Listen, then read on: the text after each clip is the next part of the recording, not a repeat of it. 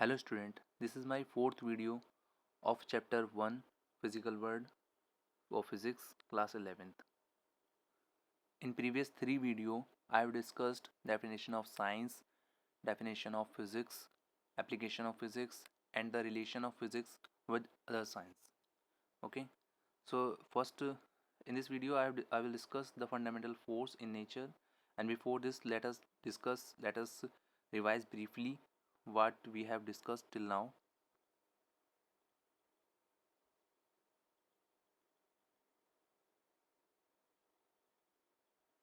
Okay, chapter 1 of class 11th physics, that is physical world. As I have discussed in first video, the meaning of science. The science is originated by a Latin word scientia, which is the meaning, which means to know something, to get a knowledge of something. We call it as a it as a science and systematic knowledge. Okay, so if we try to know something and understand something in a proper manner, okay, and as possible as depth possible, okay, and we use this knowledge to modify something, to modify some phenomena and to control something, then this is a science. Okay, so there are some steps which we used in science, that is steps in scientific methods, and these steps are systematic observations, controlled experiments, qualitative and quantitative reasoning, mathematical modeling, prediction and verification or falsification of theories. That is our steps in a scientific method. And now, as I have already discussed the meaning of physics, the definition of physics, what we understand by the physics. Physics is the branch of science which deals with the nature and natural phenomena. So as we can see, the physics is a discipline, basic discipline in the category of natural science. ठीक है, as I have already discussed the meaning of physical science and biological science. The physical science that deals with the properties and the behavior of a non-living thing, and in a biological science we have to deal with the behavior of living things. Okay, that is the differentiation, that is the difference between the physical science and the natural science. Okay, and physics, we can consider the physics as a basic law of nature and their manifestation in the different natural phenomena. In physics we have to explain the diverse physical phenomena in terms of few concept and laws. कुछ basic laws और concept पर ही based हमारी पूरी physics होती है. ठीक है, और ये जो लॉज हैं इनको क्रिएट करना या फिर इनको ओबे करने के लिए हमें दो अप्रोच यूज़ करनी होती हैं. ठीक है, और वो दो अप्रोच क्या क्या होती हैं? Unification and reductionism. ये दो अप्रोच हम यूज़ करते हैं. ओके, और इसे इसके जो जितने भी फिजिकल फिनोमेना होता है इन सबको हम कैसे यूज़ करते हैं? Law of unification.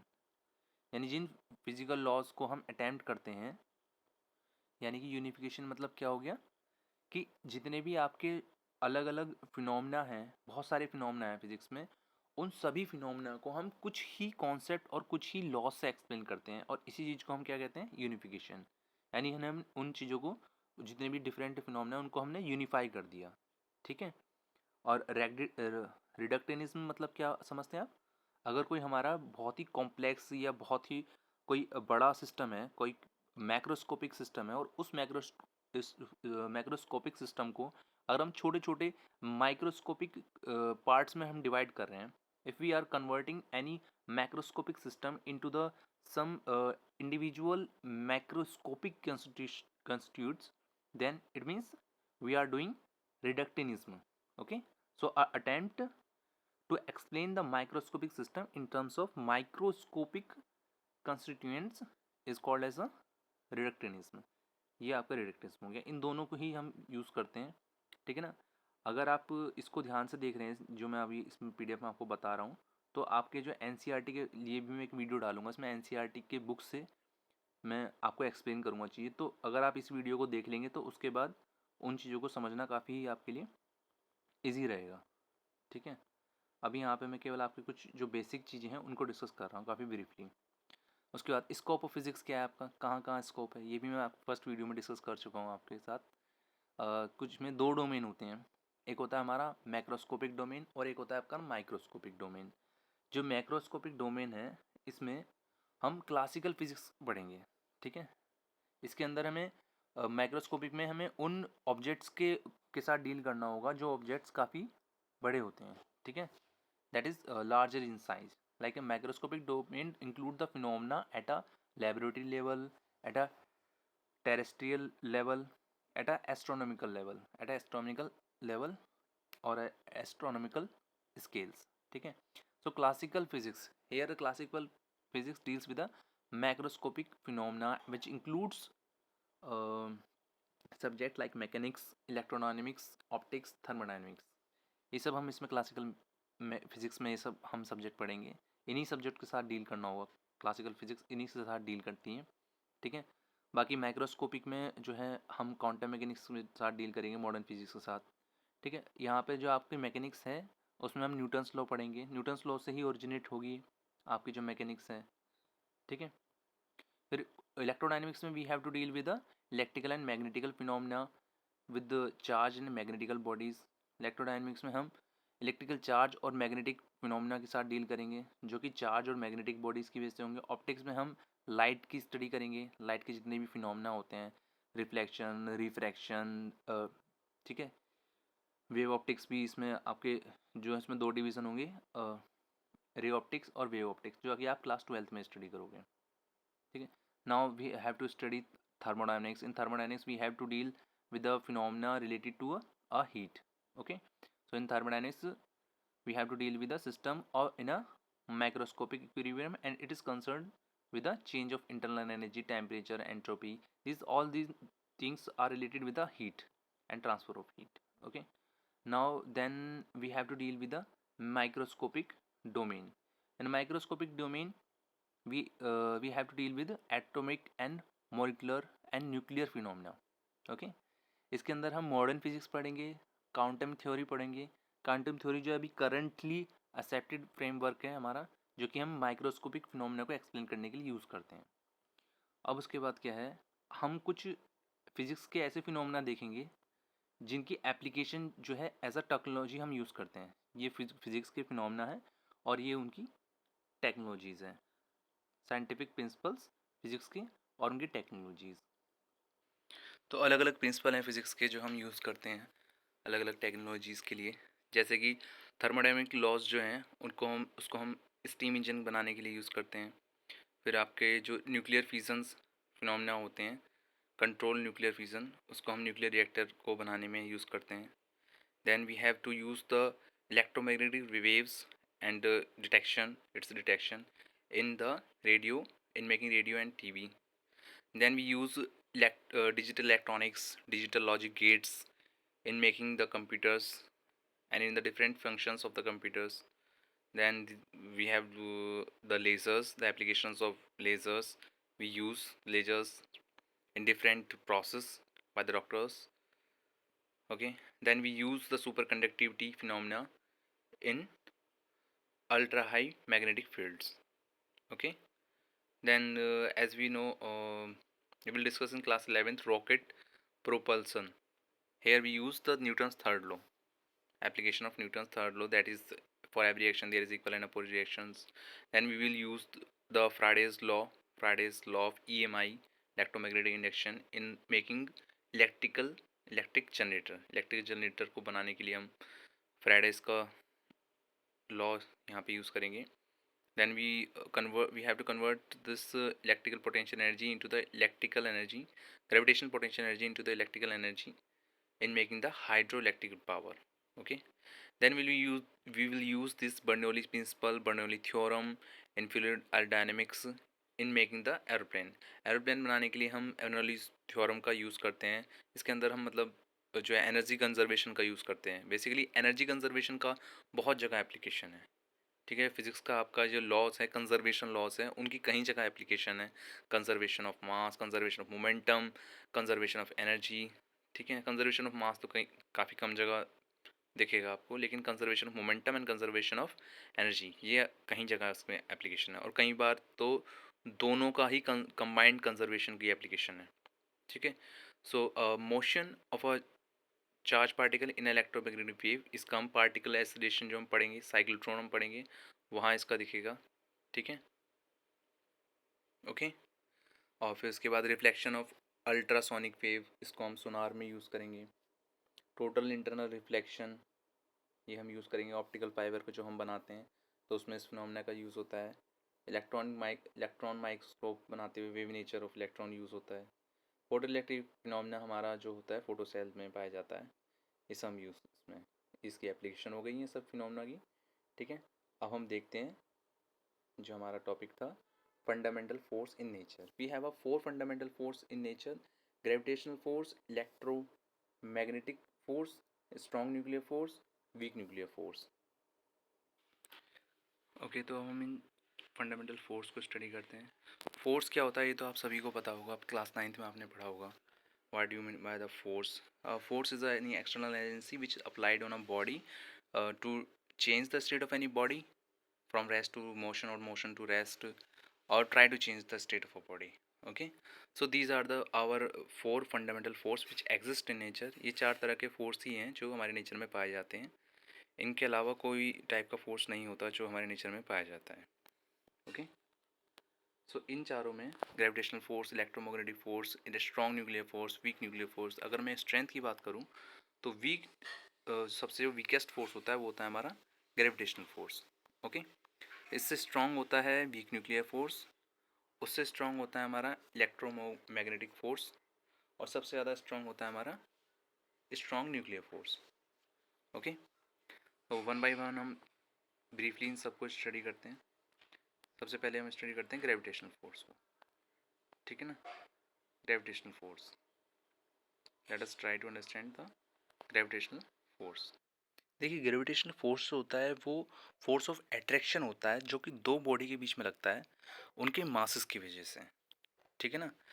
और जो इसका एक लॉ होता है, न्यूटन्स लॉ ऑफ ग्रेविटेशन, उसके अकॉर्डिंग जो हमारा ग्रेविटेशन फोर्स होता है, gravitation force of attraction between two bodies, sir let us suppose the object 1 and object 2, so that force, gravitational force between any two bodies, between let us suppose mass having the bodies having the mass m1 and m2, then this force is directly proportional to the product of these masses m1 and m2 and inversely proportional to the distance. Suppose these are two bodies having mass m1 and m2, and the distance between these two bodies is d, then this force F is equal to g m1 m2 upon d square, where g is the gravitational constant.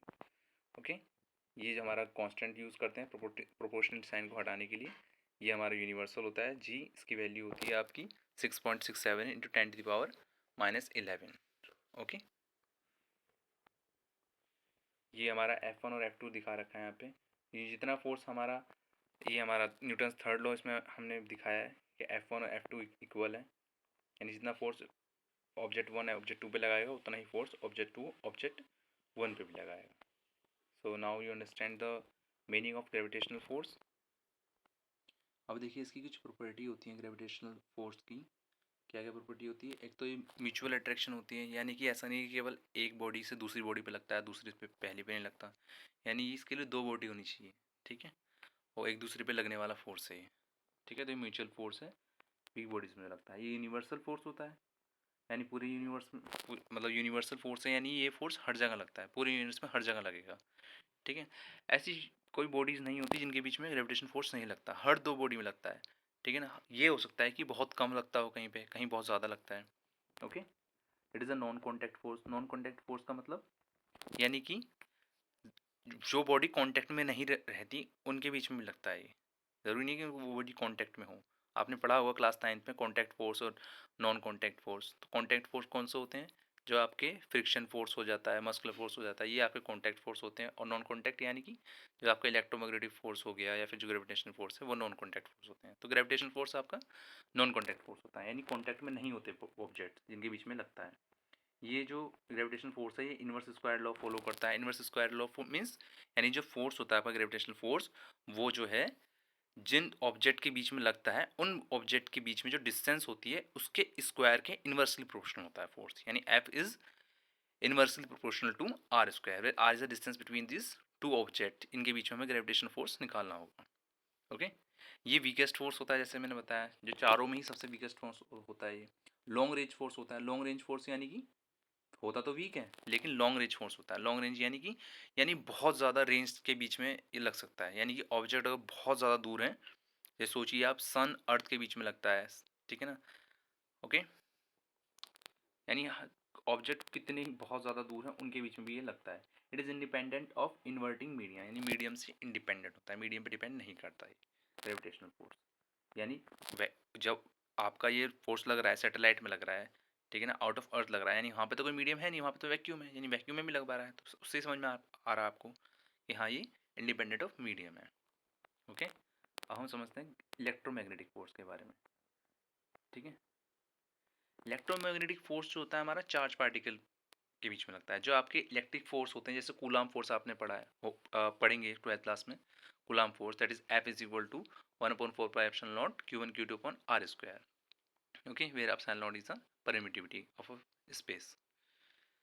Epsilon naught is a free permittivity of a space and epsilon is the permittivity of a space. ठीक है, तो ये आप class 12 में पढ़ेंगे। मतलब जो आपके इलेक्ट्रिक फोर्स होते हैं और मैग्नेटिक फोर्स होते हैं उनके लिए ही ये वर्ड हम यूज़ करेंगे, इलेक्ट्रोमैग्नेटिक फोर्स, यानी दोनों को कंबाइन ही हमने जनरलाइज कर दिया एज अ इलेक्ट्रोमैग्नेटिक फोर्स। तो ये हमारा चार्ज पार्टिकल के बीच में लगता है, ये इसकी प्रॉपर्टी है, और रिपल्सिव होता है। ठीक है, एक बार हम पहले समझते हैं कि इलेक्ट्रोमैग्नेटिक फोर्स होता क्या है। The force which act between the electric charge is called the electrostatic force, and according to the Coulomb's law, as we know, the magnitude of electrostatic force is 1/4πε0 Q1 Q2 upon R square। और ऐसे ही अगर magnetic poles के बीच में कोई force लग रहा है तो उसे मैग्नेटिक फोर्स कहते हैं। तो एक हमारा हो गया इलेक्ट्रिक फोर्स और एक हो गया magnetic force. Now to to make it generalize, electrostatic force and magnetic force are interrelated, so we uh, we generalize them, we generalize the electrostatic force and magnetic force as considered as a two fact of a generalized force, और उस generalized force को हम क्या कहेंगे, electromagnetic force। यानी कि generalise हमने दोनों को कर दिया एज अ इलेक्ट्रोमैग्नेटिक फोर्स। तो ये हमारा मीडियम पे डिपेंड करता है, एप्सिलॉन पे डिपेंड करता है ना।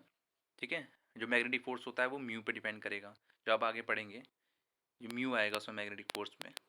ठीक है, और यहाँ पर ये आपका जो होता है, जिस तरीके से मैग्नेटिक फील्ड में आएगा वैसे ही मैग्नेटिक फोर्स भी म्यू पे डिपेंड होगा, और यहाँ पे आपका ये एप्सिलॉन पे डिपेंड करेगा, यानी स्पेस पे डिपेंड करता है, मीडियम पे डिपेंड करता है। Large as compare to gravitational force, gravitational force से ज़्यादा होता है, जैसे मैंने आपको बताया 3rd नंबर पे आता है ये स्ट्रेंथ के मामले में। ठीक है, एक्ट ओवर लार्ज, यानी बहुत ज़्यादा रेंज तक ये एक्ट करता है। ठीक है, electric force between the proton कितना होता है, देखिए फॉर एग्जांपल 1036 टाइम्स होता है, किससे, electro gravitational force between them, यानी दो प्रोटॉन के बीच में जो ग्रेविटेशन फोर्स लगता है उससे 1036 टाइम्स होता है इलेक्ट्रिक फोर्स, यानी कितना ज़्यादा होता है। तो आप सोच सकते हैं किसी भी फिक्स डिस्टेंस के लिए, ऐसा एक्सपेरिमेंटली हमने प्रिडिक्ट किया है। And the force like tension, friction, normal force, spring force are the electromagnetic force. ये जो टेंशन की वजह से, फ्रिक्शन की वजह से, नॉर्मल फोर्स की वजह से जो फोर्स हमारे लगते हैं वो सब इलेक्ट्रोमैग्नेटिक फोर्स होते हैं। ठीक है, अब हम देखते हैं strong nuclear force. Strong nuclear force वो फोर्स होता है जो कि हमारे एटम में जो हमारा न्यूट्रॉन और प्रोटॉन होता है उसको बाइंड रखता है, इलेक्ट्रॉन तो बाहर होता है। ठीक है, तो the force which binds the proton and neutron in a nucleus is known as the strong nuclear force. ये हमारा अट्रैक्टिव होता है, तभी तो ये अट्रैक्ट करके रखता है हम दोनों को। ठीक है, and is the strongest force, strong nuclear force सबसे ज़्यादा स्ट्रॉन्ग होता है। ठीक है ना, strongest force in the nature, it is about 100 times than the electromagnetic force in the strength. ठीक है, स्ट्रेंथ के मामले में 100 टाइम्स ज़्यादा होता है इलेक्ट्रोमैग्नेटिक फोर्स से। It is charge independent, charge independent होता है, चार्ज डिपेंड ही नहीं करता।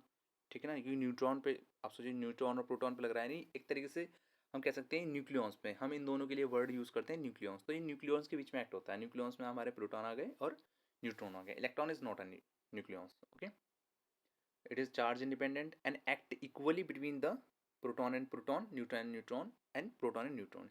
यानी कि ये जो फोर्स होता है ये नहीं देखता कि कौन प्रोटॉन है कौन न्यूट्रॉन है, ये प्रोटॉन प्रोटॉन के बीच में भी उतना ही लगेगा, न्यूट्रॉन न्यूट्रॉन के बीच में भी उतना लगेगा, और न्यूट्रॉन प्रोटॉन के बीच में भी उतना ही लगता है। ठीक है, it is short range force, ये शॉर्ट रेंज होता है, यानी ये बहुत ज़्यादा रेंज तक नहीं लग सकता, ये कुछ ही डिस्टेंस तक लग सकता है। सोचिए एटम कितना सा होता है हमारा, और एटम के अंदर जो न्यूट्रॉन और प्रोटॉन होता है उनके बीच में लगता है, या फिर न्यूट्रॉन न्यूट्रॉन या फिर प्रोटॉन प्रोटॉन के बीच में लगता है।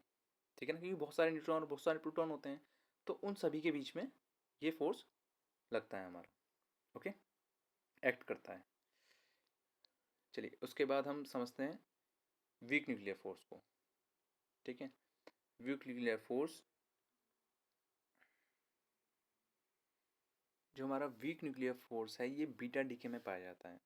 ठीक है ना, ये कुछ जो प्रोसेस होते हैं बीटा डीके के, जब जैसे न्यूक्लियस की बम्बार्डमेंट होती है तो वहाँ पे जब बीटा डीके होता है उसका, वहाँ पर हमें न्यूक्लियर फोर्स एक्ट करता है। ठीक है ना, इलेक्ट्रॉन और किसी भी अनचार्ज पार्टिकल के बीच में, जैसे कि न्यूक्लियस है, कोई न्यूक्लियस हमारा इमिट हुआ, ठीक है, तो उसमें एक इलेक्ट्रॉन भी निकलेगा, यानी बीटा डीके, यानी बीटा बीटा हम इलेक्ट्रॉन को कहते हैं। ठीक है ना, बीटा पॉजिटिव एक रिएक्शन होती है हमारी, बीटा नेगेटिव होती है। तो उसमें जब इलेक्ट्रॉन का इमिट होगा न्यूक्लियस से, जब एक इलेक्ट्रॉन निकलेगा और एक अनचार्ज पार्टिकल भी निकलेगा, तो कन्वर्जन होगा उस पार्टिकल का एक दूसरे पार्टिकल में, तो उसी को हम बीटा डीके कहेंगे। उसमें हमारा एक एक जो अनचार्ज पार्टिकल जो लगता है उसी को निकलता है हमारा उस एटम से, उसको हम क्या बोलते हैं, न्यूट्रिनो। ठीक है, एक हमारा एंटी न्यूट्रिनो भी होता है, उसका एंटी पार्टिकल, जैसे कि बीटा डीके में होता है एक बीटा नेगेटिव डीके भी होगा, तो जैसे इलेक्ट्रॉन का होता है पॉजिट्रॉन। ठीक है, तो वैसे ही, तो इलेक्ट्रॉन एंड न्यूट्रॉन क्या है, इंटरेक्ट करेंगे, और उनके बीच में जो इंटरेक्शन होगी, जो फोर्स लगेगा इलेक्ट्रॉन और न्यूट्रिनो के बीच में, उसी फोर्स को हम क्या कहेंगे, वीक न्यूक्लियर फोर्स। ठीक है ना, वो इंटरेक्ट करते हैं इस वीक फोर्स के साथ में। ठीक है ना, it is not weak as a gravitational force, ये ग्रेविटेशनल फोर्स से ज़्यादा स्ट्रॉन्ग होगा, लेकिन फिर भी हम इसे क्या कहते हैं, week nuclear force, but much weaker then a strong nuclear force and electromagnetic force, यानी ये स्ट्रॉन्ग न्यूक्लियर फोर्स से ज़्यादा स्ट्रॉन्ग होगा, इलेक्ट्रोमैग्नेटिक फोर्स से भी ज़्यादा स्ट्रॉन्ग होगा, लेकिन ग्रेविटेशनल फोर्स से ज़्यादा स्ट्रॉन्ग होगा, सॉरी वीक होगा किससे, स्ट्रॉन्ग न्यूक्लियर फोर्स से, और इलेक्ट्रोमैग्नेटिक फोर्स से वीक होगा, लेकिन ग्रेविटेशनल फोर्स से स्ट्रॉन्ग होगा। ओके, इसकी रेंज क्या होती है, इसकी रेंज बहुत कम होती है, इसकी रेंज भी अबाउट 10⁻⁻16, यानी बहुत कम। ठीक है, इसकी रेंज। अब लास्ट में हम इसका रेंज देख लेते हैं।